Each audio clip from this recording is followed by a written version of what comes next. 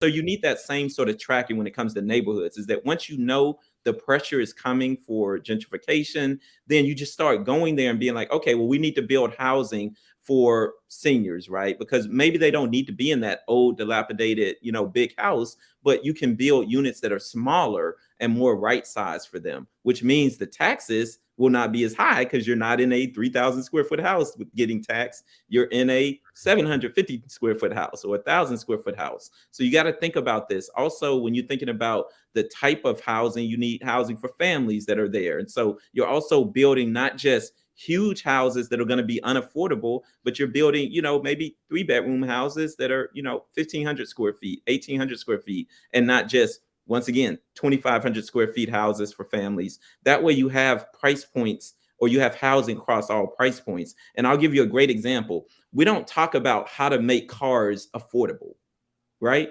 We just make a lot of different types of cars. So if everybody had to buy an SUV, then we would go around like, make SUVs affordable. And it's like, how? Like, they're big, they're like not like energy efficient. So we're forcing something that is not really the best fit, and we're making everybody do it. And then we're saying make it affordable.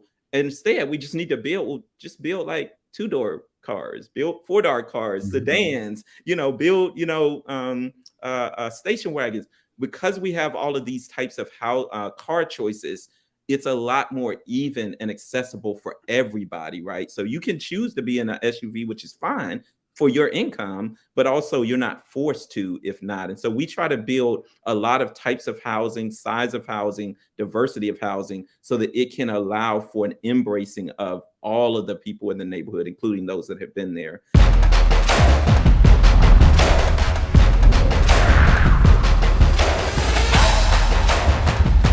What's up, fam? Todd here. Welcome to another edition of God Dreamers. So grateful for you guys hang out with me today. And today I got a guest, special guest that's we've known for not too long, but seems like we've known each other for a long time because he has that kind of spirit, and he's doing a lot of things in the Atlanta area in the real estate domain. And so we're going to be talking about real estate. We're going to talking about faith and talking about investing and all those good things that we should be good stewards of. And so can't wait to chat with him some more. But anyway, today's special guest is Joel Dixon. Joe, what's going on, man? Man, it's so great to be a part of this God Dreamers podcast. Todd, you know how much I've appreciated all of your previous work. It's definitely blessed me, my wife. And so the opportunity to join you for this portion, I count it an esteemed honor. Well, thank you, man. And like I said, I was looking at your your profile, and I was like, dang, this dude, I don't know how he has time for us, because you got a lot going on. Brandon, man, Brandon.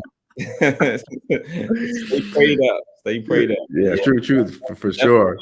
Definitely faith with a lot of works for sure, but gotta keep faith in there. For sure. Well, thank you for spending this time with us today. I'm really excited about you sharing about your walk through real estate and your life in general, and how God has kind of blessed you to do a lot of the things that you're doing today. And I definitely want to talk about some of the projects you're working on today. But thank you for taking this time out to hang out with us today. Much appreciated. My pleasure. So without further ado, I went and just Googled your name, and then I came across your LinkedIn profile, and I was looking at all the different things that you're doing. And I mean, it's pretty impressive, man. I'm gonna see if I can recall some of it. You're a partner with Urban Oasis is one of them, I believe. Yep, Urban Oasis Development. That's Development. The residential and commercial real estate development company. And then you're also a founding team member for Enrich Her. Yep, absolutely. So my background was originally in technology, and so I spent a lot of time artificial intelligence, computer science, but eventually startup technology, and so started up several companies. The last one, which was a co-founded with one of my business partners who really runs it now, Dr. Rashana Novellis, was Enricher, which was really created as a debt lending platform for women-led businesses. There's a huge disparity in terms of access to capital for women-led businesses across both tech startup, but also just traditional Mhm. businesses. And so we wanted to really help beginning address and filling that gap. And so Enricher came out of that. And so it was great to be a part of that founding team. And like I said, Dr. Novellis really has run with it in some great ways since then. Oh, and we ain't done yet. And you're also a founding partner with Catalyst Investment Partners, and then I think also a managing partner for Bootstrap Capital. So I mean that's pretty awesome. And then you said you have a tech background. I guess you worked in IT at first. So I mean, share a little about your path, because I can see that you've done a lot of things, and I know in the IT tech side of things, that's kind of where you started off. But can you share this briefly about your how you ended up doing what you're doing today? Yeah, absolutely. So I always have to say, it really started in Atlanta, where I was raised. Inner city Atlanta, early '80s. Actually, public housing project. So the oldest public housing project for Black people in the country was a housing development called John Hope University Homes. And so the story really starts there. I'll probably likely come back around to that later. But fast forward. I always had an interest, and my mom really encouraged us to not just be about reading the sports page. And of course, you're a young kid, you always want to play, but also encouraged me to read the business page. And that, she said, if I read the business page every day, that, by the time I graduated high school, I'd probably have an MBA and trained in business. And that alongside of, some great mentors that, are on my personal Mount Rushmore, H.J. Russell, who was actually a housing builder, construction company, as well as developer, was here in Atlanta. And then another guy, Reginald L. Lewis, who was the first actually Black person to own $1 billion company. And so, really put me on a pathway for entrepreneurship, especially. And that's what really led me to the tech side of things, is that I always wanted to be a business owner. But in going to college, I didn't feel like it made sense to major in like business undergrad. I was like, I'll get an MBA. Like, let me do something that's, really useful or that I can't learn outside of school. And so that's really what led me to electrical engineering, eventually computer science, and eventually what I majored in, symbolic systems and artificial intelligence. And that was out in the Bay Area. So I had the opportunity to go out to Stanford for my undergrad, which was phenomenal in every way, especially the people. But that was really what I was focused on, was like learning entrepreneurship. And at the time, Silicon Valley, even back then, had started so many Mhm. companies. And so I thought it was a great opportunity to see how you start a company. And then the technology side was just a byproduct. And so, yeah, so that's what I was doing. And I was very excited about that. Um, the connection though to it back to Atlanta is that after a while, I really didn't think that the Silicon Valley technology sector was going to be diverse out there in the Bay Area, for multiple reasons. I loved Atlanta, and I knew that it was already a very diverse place that had great talent. So when I was moving back to Atlanta early 2000s, it was really to see Atlanta be one of the top tech ecosystems in the country, but also be one that was extremely diverse. And so that's what I was working on, throughout, the early 2000s, 2005, 10. And it was great to see the ecosystem develop even back then. Of course, today it's, goes without saying that Atlanta's, one of the top tech ecosystems. But at the time, we were really just, kind of working it out and working to build that. But in the midst of that, as I was now back in Atlanta and seeing the city unfold, I mentioned that I grew up in public housing projects, which had been torn down by this point throughout Atlanta. But I was also seeing the city increasingly become unaffordable. And that transition and transformation that happens a lot of times in cities where, on one hand, it's great, right? Because like, new neighborhoods are being redeveloped and blight is being removed. But on the other hand, you're removing people, Yeah. and long-standing people, and also people that don't necessarily have the same incomes that others that are coming in have, and so that creates kind of this pressure. And it was just at the very beginning, coming out of the recession, 2010, 2011. But I knew that once the tech sector really was big in Atlanta, that there's a whole nother level of unaffordability and transformation of neighborhoods that happens. And so that's really what got me to where I'm at today. So I had started Catalyst Investment Partners, which was actually my first real entrepreneurial company, and that was to encourage alternative investing. I wanted to see more of the young Black professionals and young professionals, which I was one at the time, start investing in things outside of just your 401k and stocks, to start investing in real estate, which I thought was an undervalued asset class, and also in investing in startups like technology startups. I thought there was a great opportunity to have a diverse income stream. And so that's what Catalyst Investment Partners did. It really was to connect people to opportunities to invest in business. That connected me to my current business partner, Wale, who had a construction company that was doing work in one of the neighborhoods in Atlanta. A number of us pooled our money together. So literally coming out of the recession, 2010, all of the smoldering flames of real estate. We had this idea that you can only go so far down in real estate. I mean, it's still a physical asset, so when it hits zero, it can't go below that. And we were at Yeah. $10,000 for a lot, $20,000 for a lot. It was just so low. So we all pulled our money together, 9 of us actually, and just allowed us to kind of buy some properties. He did the redevelopment. It was really crowdfunding before crowdfunding. Yeah. And that really dipped my toe into real estate as well, starting to see how the process unfolds. But I will say that while I was doing Catalyst Investment Partners and that was exposing people to new investment opportunities, I was still doing technology. And so Bootstrap Capital was launched to better galvanize how to create more angel investors to fill the gap in investing in tech startups, particularly tech startups of people of color. And so that was done with a variety of partners and co-founders. We did, some really interesting things, and from that spun off Enricher, which I talked about, a moment ago. But all the while I was kind of dipping my toe in real estate and doing the tech startup things, the city was still unfolding in a way that was just progressively getting more and more affordable. I mean, we launched in 2010, 2011, and seen a neighborhood go from $250,000 home to a $700,000 home, literally in Yeah. 3-4 years. And Wow. overnight, a neighborhood that nobody wanted to touch their feet on the ground, go from being that to one of the hottest neighborhoods that everybody couldn't fight their way in quick enough. And so that's when I really had to make a decision that I felt things needed to be addressed. And I was looking at others, right? You always pointing outside of yourself and being like, man, why aren't you doing this? Or why aren't they doing this?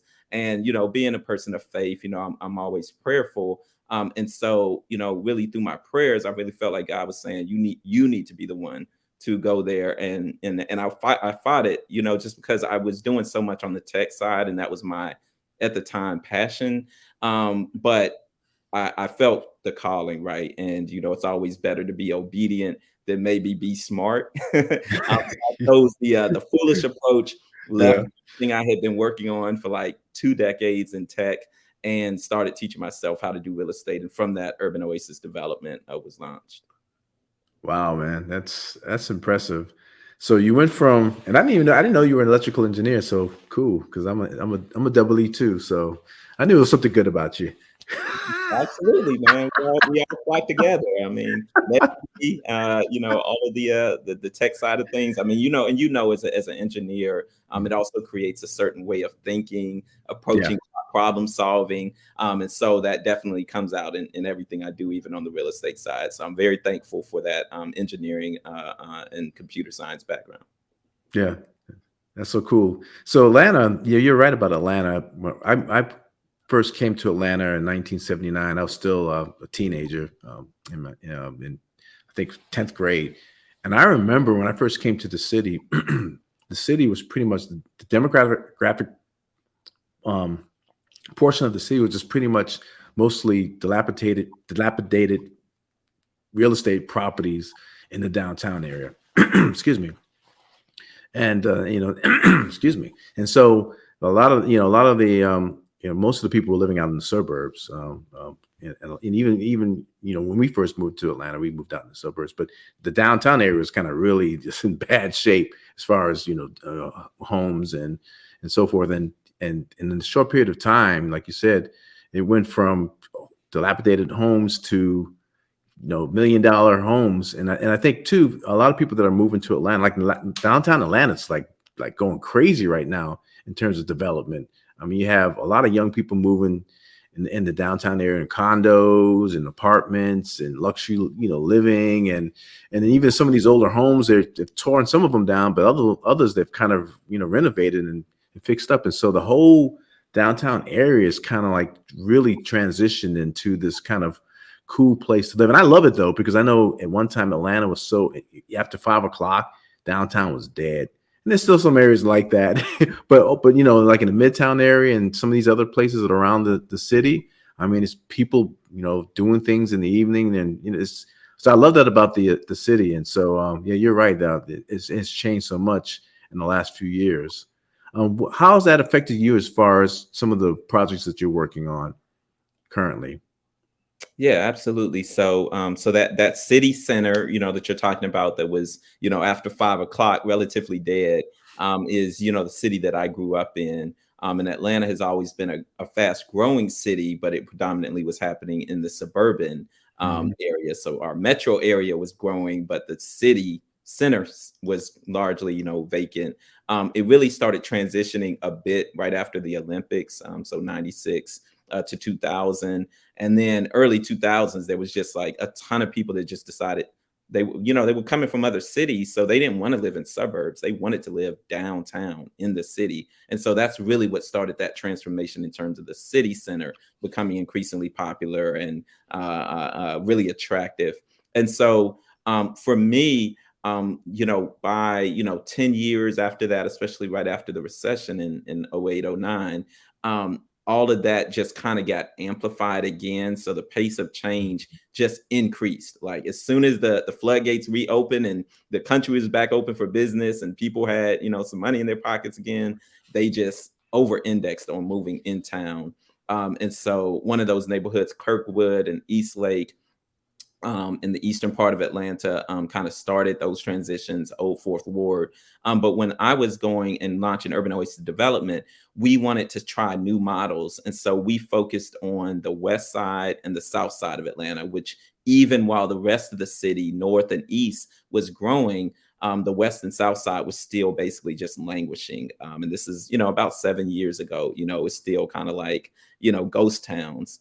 And so for us, we wanted to get into neighborhoods before they had transitioned, see if we could be a part of that process of transformation, but also do it in a format that was a little bit more inclusive and affordable, and really, from within rather than from without. And so we moved, me and my business partner both moved into the city because we didn't want to develop over there. We were like, we're going to develop where we're at. That way we can feel the pain, we can touch the people.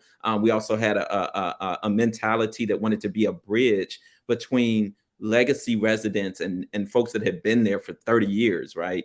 And development and transformation. And through that bridge, hopefully better provide a mechanism for everybody to be included as opposed to just some. And so as the neighborhoods have now, over the last 6, 7 years, even where our house is, we bought it, and like my parents were concerned, my friends were like, why are you leaving, this great neighborhood over here to go to the hood? Because literally it was still the hood.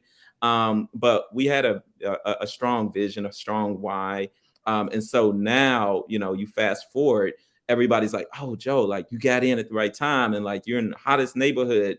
But the process of it being hot, and as you were asking the question about how has it affected us, that now downtown is hot and the west side is very popular, the main thing is that all of the models we were trying to do, we're still trying to do them, and it gets increasingly harder to actually build affordable housing, to be inclusive in neighborhoods when they become hot, because the pace of change just goes so much faster. And also the capital, outside developers start scooping up things. So for us, it's a gift and a curse, right? Like we want to be in a neighborhood where it's growing and appreciating because we are in the for-profit business, and we do both sale and rent. But at the same time, we're still trying to preserve neighborhood that can have mixed incomes, and so that does get more difficult when you're in a fast appreciating downtown and West Midtown area.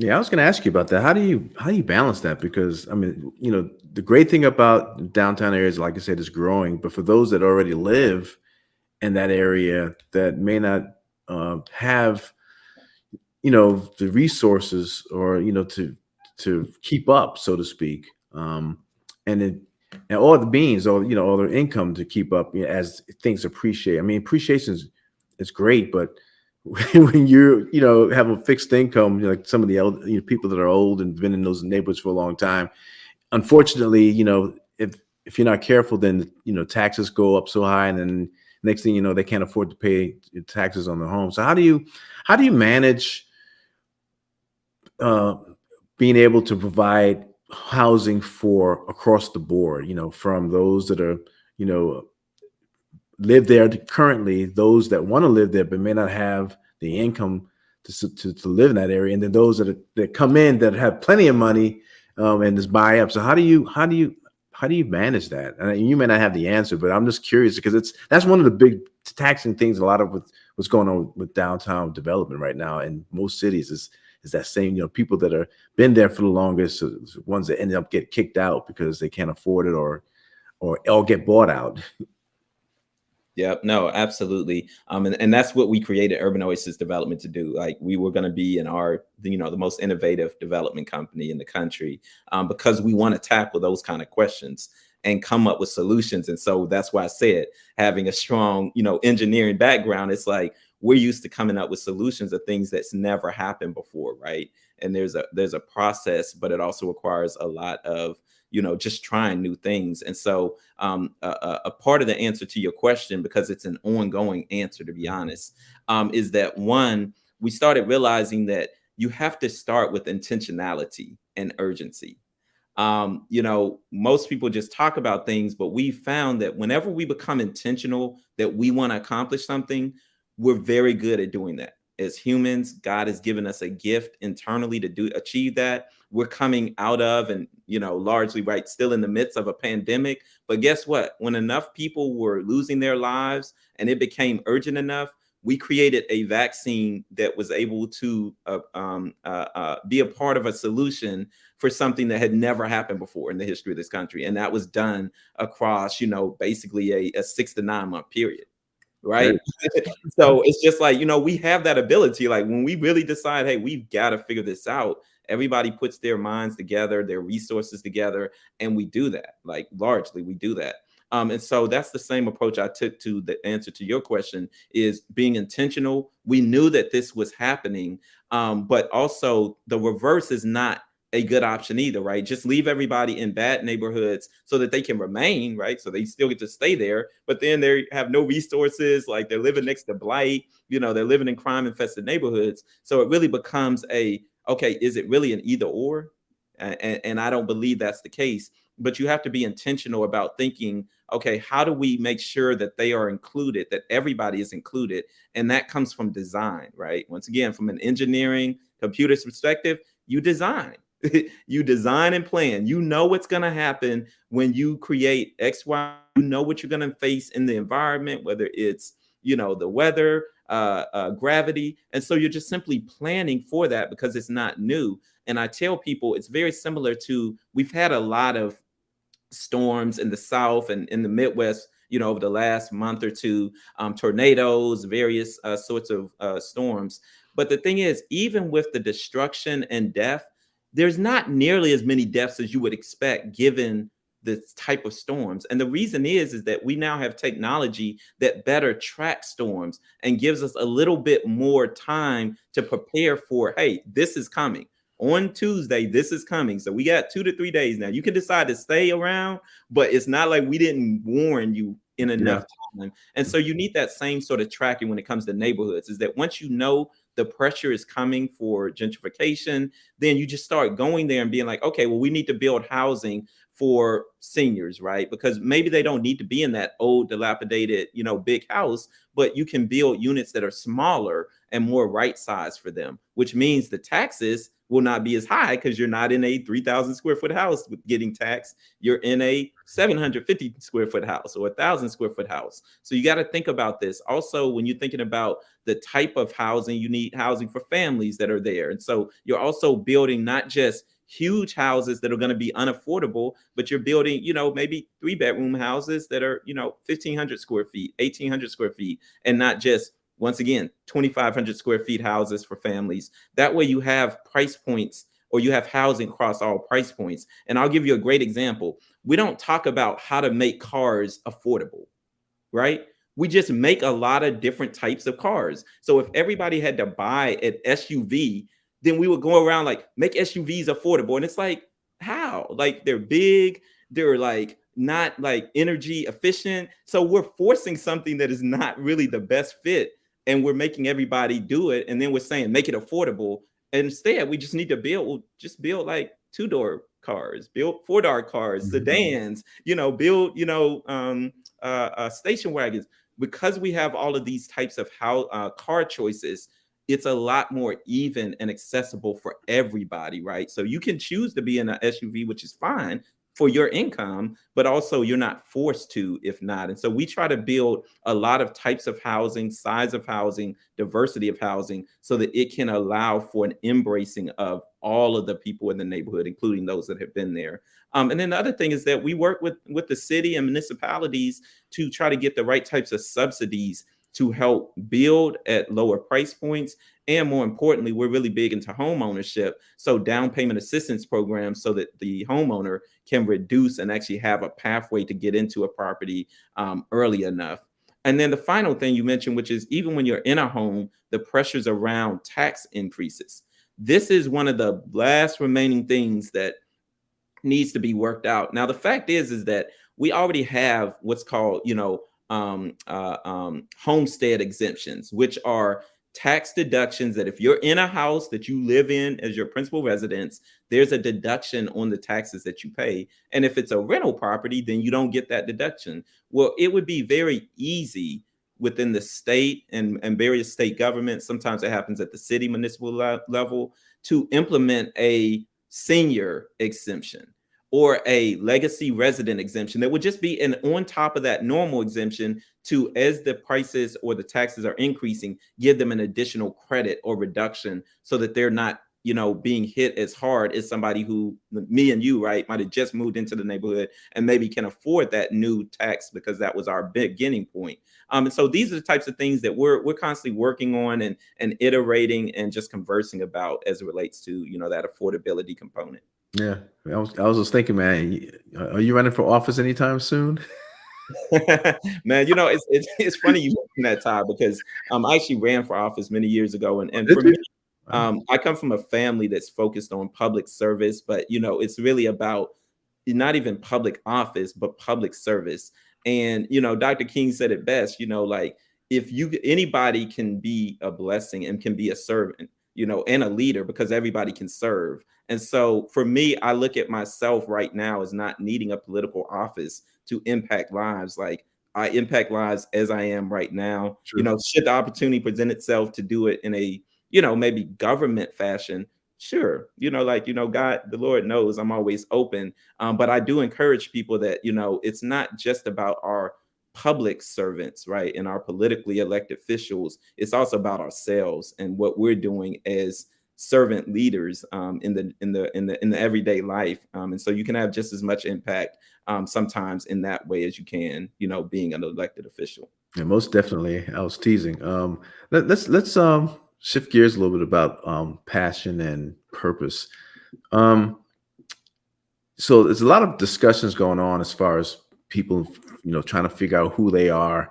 Who am I? And why am I here? What am I supposed to be doing? For you and for Christians, that definition is kind of somewhat straightforward in terms of what our commission is. But in terms of vocation, what do you think? Let me ask you this question. So, do you feel as though you have fallen? I don't want to say fallen, but you're actually walking in your purpose now, based on all the things that you've done up to this point in time? Do you feel as though you're where God has called you to be presently? Yeah, great question. I really do, Todd. I'm very thankful because I know it's something that I've searched through the years, and every 10 years, right? You always kind of research and like, or like, oh, am I still doing that? But I'm very thankful that I definitely, have found and in place where I should be at. And a lot of that just comes back to, I feel like I'm in the place of obedience with what, God was calling me to do. And sometimes I think we forget that there's this notion that like we're trying to find our purpose, right? And so everybody's like, what's your purpose, what's your passion? And I look at it as twofold. One, I don't think we spend enough time finding out what is God's purpose and passion for you. Right, and aligning with that. And of course we know the great commission side of things, and so that's the general overarching. But I'm saying he's very practical. Like God is practical, so he also can take that and break that down into bite-sized pieces to say, hey, Todd, but this is how you fit within that overall context. But I think that we get so caught up in figuring out who we are, what we're about, and that's one side of the coin. So I'm not going to say that's not relevant at all, but I think sometimes we need to start with the other side of the coin. Then you start, really asking, hey, what are you passionate about? Some people will say, what keeps you up at night? That's probably what you should be doing. I had a quote that really has guided my life in that vein. That was, what makes you come alive? Go do that, because what the world needs is people who have truly come alive. And so I think that it's a combination of both those sides of the same coin, right? Which is align yourself with God's purpose and passion for your life. And he knows you better than you know yourself. And Mhm. then also, practically, continue to ask and search your spirit about, okay, what really makes me come alive? And so for me, it was all about impacting lives, impacting people. Like that's been at the heart of everything I'm about, is how do I impact people's lives? And so as I was doing when I was in technology, that's what I was doing. I was trying to impact people's lives through technology, through startup and entrepreneurship, provide jobs and opportunities and resources. And when I moved into real estate, I never lost focus. It's not about sticks and bricks. It's not about buildings. It's about people. People need housing. People need flourishing neighborhoods. People need community. And real estate is a great mechanism to accomplish that. And so, yeah, that's what makes me come alive, is unpacking people's lives and helping them unleash, the greatness inside. That's good, man. That's really good. So as we get ready to close, one of the things I wanted to ask you is, for those that may be watching and interested in maybe getting into real estate, on residential side or development side. I mean, what would be your recommendations or suggestions for somebody that's interested in doing what you do? How do you get there? Yeah, great question. So let me start out by saying I'm going to answer it from a professional sense, because many people just want to get into real estate, flip a house or own a rental property. And that's great. Like there's a ton of books and resources and, HGTV, shows Yeah. you a lot of that. But in terms of what I do, which is I'm a real estate developer professionally, and I look at how you develop neighborhoods and communities within the context of residential and commercial real estate. And so I took a very non-traditional path. So I think it's great for people to know that it's no like set way you got to do this. I never went back to school for real estate development, for urban planning, for architecture, nothing. As soon as the Lord said, hey, I think this is what you're supposed to be doing, I just started self-teaching myself. And a part of that was connecting with resources within the industry that were leading, like Urban Land Institute, which is a great association. Also, I did a program called the Center for Leadership, which was a 9-month cohort that really was like a fast track to commercial real estate, residential. It really connected me in a lot of ways. And I did a program called Incremental Development Alliance, which was very practical on the ground, how you start with one house, a single family house, a duplex, and then build community out from there. And so with that, I've humbled myself a lot and learned from a lot of people who had far more experience and understanding than me in this field. But I've also just done the work, and in many ways, that's the greatest teacher, right? It's just experience yourself and not being full of fear, allowing and letting go of fear, and not just walking in faith, because some people may not, that may scare them, but walking in and understanding that it's okay to fail. Like, it's okay for something not to work out. Just get started, keep moving, you'll iterate, and then you can grow from there. And so I highly encourage, like, for anybody who wants to be in real estate development, to start there and not to be concerned. It's a very capital intensive industry, and it can be very insular in terms of who you know. And I didn't come from an environment where I knew people in real estate in those circles. But there's opportunities there. There's a lot of great opportunities for anyone to get connected. And honestly, the real estate industry needs more non-real estate people. Like, in many ways, it's so ancestral in certain ways that, like, everybody thinks the same way and regurgitates the same thing. And it really needs more innovative, outside the box thinkers, which come from people who are truly already outside the box. And so I think that that's what's helped me significantly as we built Urban Oasis Development. So, what's next for you guys? What's in the near future or long-term future for you and Urban Oasis Development? What's in the works? Yeah, man. Well, it's really exciting. So I told you I got into this. We launched full time in 2017, 2016, 2017. So, we're kind of 6 years into this process. And it's exciting that now we've kind of really hit, I'd say that next gear. We've developed a lot of great relationships within communities and neighborhoods where we built trust and credibility. And like I said, I'm all about people first. So that was the first thing we wanted to do. And we've been able to do that. I can walk down streets, walk in neighborhoods, get in neighborhood meetings. And it's less about, there goes Joel, the developer, and more about, oh, there goes Joel, who happens to be a developer, but is a really good resident and citizen and trying to do good things. That's allowed us to also build credibility with municipalities, Invest Atlanta, and other organizations, as well as funding, which has been needed.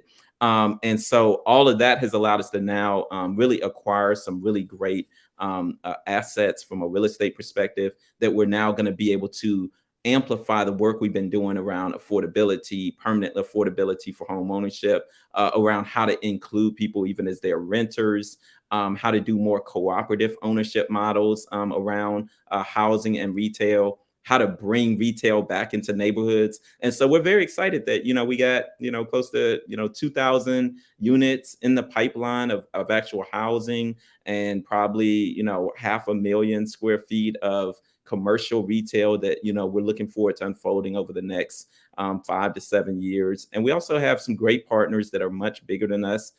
Bigger development companies have more money than us, but they look to us because of our neighborhood and community connectedness and the models that we've proven out that can now be scaled up. And so we're excited about continuing to do what we've been doing, Todd, but just have the opportunity to do it, maybe in a larger capacity. That's awesome, man. That is so awesome. So how can someone find you guys? Where can they go learn more about what you're doing? Yeah, absolutely. So, I mean, you mentioned, Googling me or, connecting with me on LinkedIn. It's just under my name, Joel Dixon. So you can kind of find some resources to get in contact with me. But certainly Urban Oasis Development is our development company. You can Google that. The website is Urban Oasis Dev, DEV, standing for development.com. I'm always readily available. So from that website, you can reach out to us via our form. Or shoot me an email directly. So any of those resources, I mean, LinkedIn, our website, we're on other social media. So of course, for those who are interested in other channels like Instagram, then certainly that's an opportunity to kind of see some of the things we're doing. Sweet. Well, thank you, man. Thank you so much, man. I really enjoyed this conversation. I learned a few things. Actually, several things about you I didn't know. So that's pretty cool too. But thank you for hanging out with us today. It was really good nuggets that you shared, and like I said, I always like talking to you because you have so much wisdom, and I appreciate our friendship and then walking life together these last few year or so. So thank you. Thank you so much, man. Oh man, my pleasure. Like I said, I count it a blessing. Commend you for your work. God Dreamers is an excellent media mechanism to really encourage and inform. And so hopefully, I will continue to be a part of that process. And certainly, I also want to just leave, a blessing to all of the listeners to say, if I could say, leave you with one final thought, it's that in this current season especially, there's a lot going on and a lot of opportunity for fear. And I always say pick faith over fear. There's a lot of opportunity for stagnancy, and I always say pick movement over being still, because even if you don't know which way to go, if you're moving, you can always get adjusted. If you're staying still, nothing's going to happen. And then finally, there's a lot of uncertainty, and in the midst of an uncertain world, there's always a very certain God. And so with that, thank you so much for this opportunity today. Amen, man. Amen. Hey guys, so if you want to know more about God Dreamers, please visit us on our website, goddreamers.com. And if you want to know through social media, YouTube and Instagram and so forth. But if you know anybody that's doing some great things for the kingdom and making a difference, like I always say, please let me know, because I would love to interview them. Or if it's you, love to interview and share some of the great things you're doing in hopes to inspire others to find and fulfill their God-given purpose. So until next time, you guys take care. God bless. We'll see you when we see you. Peace out.